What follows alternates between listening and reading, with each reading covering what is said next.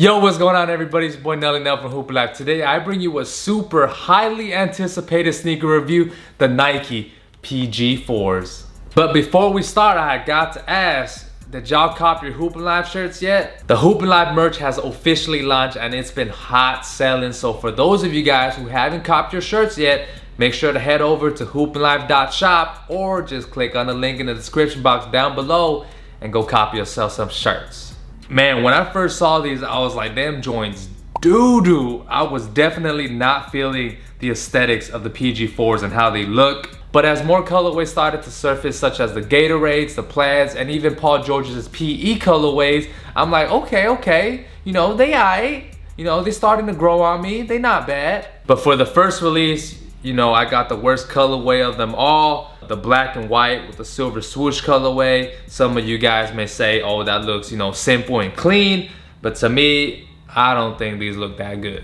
A lot of people have been saying the PG4s look a lot like the Adapt BBs. And I agree, but I think the Adapt BBs look a lot better than the PG4s. I mean, the shoe just looks kind of funky. You have really plain and simple, clean, lateral side, but on the medial side you have some open mesh, and inside of the mesh you have what I call the bowling pins.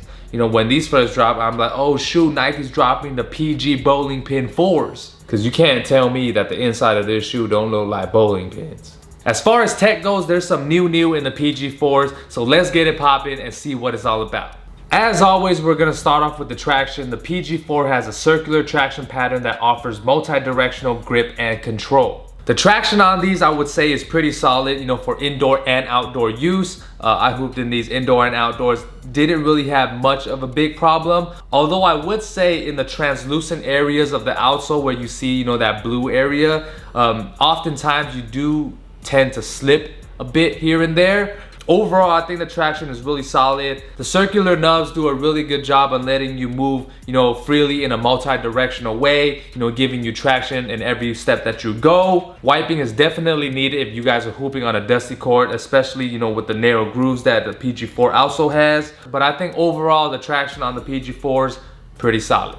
For materials, the PG4 has a dual mesh semi-transparent zippered overlay that fastens over the laces, providing both supportive containment and ideal breathability. For the upper, the PG4 has a shroud made of a combination of synthetic and mesh, where I feel like the quality of the materials are subpar. The materials for the PG line throughout the years have never been filled with, you know, high quality premium materials. You're not really getting that in the PG4. Although I would say that the materials, it's really lightweight, it's breathable and flexible. For support and lockdown, the PG4 has a low cut collar with a full booty construction, as well as an internal webbing system that provides a secure fit. There's also a lot of padding in the heel and tongue, giving you maximum cushion and support around your ankles. To me, the support and lockdown on the PG4s are below average, and here's why. First off, it doesn't really have a good lateral containment system. There's no real outrigger, and this little side fuse piece right here doesn't really do a good job on containing your foot for hard lateral movements and stops. Having a really soft footbed, which I will get into the cushioning in a little bit, I didn't really feel secure when moving laterally in these. There were a few times where my foot slid over the side of the footbed, nearly making my foot roll over. In terms of lockdown, the lacing system does a really good job on securing your foot in the midfoot area, but as far as the heel goes, there were times where I had a little bit of heel slippage when I was planting really hard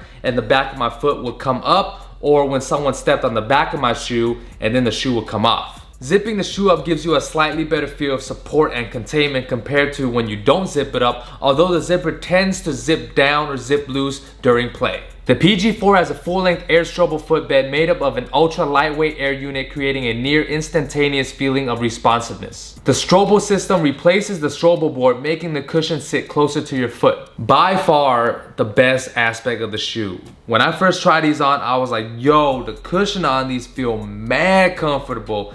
Definitely a different feeling I haven't felt in a Nike shoe before. The cushioning on these is very soft, lightweight, articulated, and responsive. To give you guys a similar comparison on how the cushion feels on these, think of the Yeezy 350s. You elevate that, and you have the PG4s. This system was made to provide cloud-like comfort and responsiveness, kind of similar to the Yeezys in terms of the cloud-like comfort. In comparing it to other Nike cushioning setups, it's not as firm and super bouncy like Zoom Air. It's more on the soft and plush side. What's more important is that after you take out the insole, you can see and feel the entire full-length Air in the shoe, which is sewn onto the upper where your foot sits directly on top of the cushioning. And I've got to say that the cushioning on the PG4s feel pretty good. As far as comfort and size fit goes, they run hella small, like a full size small. I normally wear a 10.5 and I had to get a 11.5 in these. That's crazy. I don't know when was the last time I had to go up a full size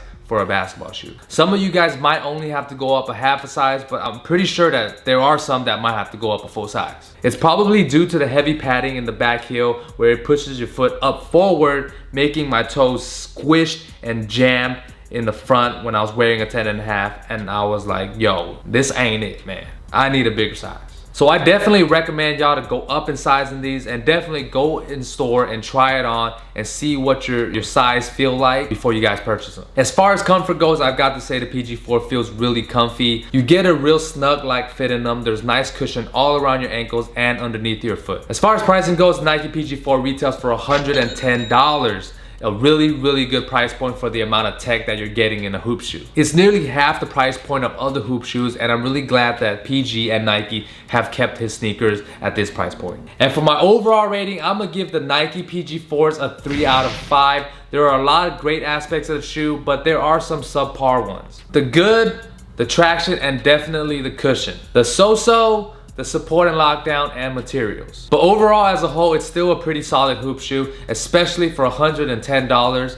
That's pretty good. Aesthetically, it may not look the greatest, but with some better colorways coming out, the PG4, you know, it might be alright. The PG line has always been creating solid, if not great hoop shoes, and with the PG4s, it has everything you need to get the job done. Hope you guys enjoyed that sneaker review on the Nike PG4s. Let me know down in the comment section below, what were some of y'all thoughts on the PG4s? Do you guys like them? Do you guys dislike them? And for those of you guys who have the PG4s and have hooped in them, how well did it perform for you guys? Check out these 2 other sneaker reviews up there. Also, let me know what other sneakers you guys would like me to review. I'm trying my best to continue to bring you guys sneaker content, as it is pretty hard to, you know, get access to some shoes sometimes. And with my busy schedule, you know, with hooping, I'm really trying my best to continue to bring you guys sneaker content. But I want to thank you guys for continuing to give me the same amount of love and support. If you guys haven't already copped your Hoopin' Life t-shirts, make sure to click on the link in the description box down below and go cop yourself some Hoopin' Life merch. And with that, it's your boy Nelly Nell from Hoopin' Life, and I'm out. Peace.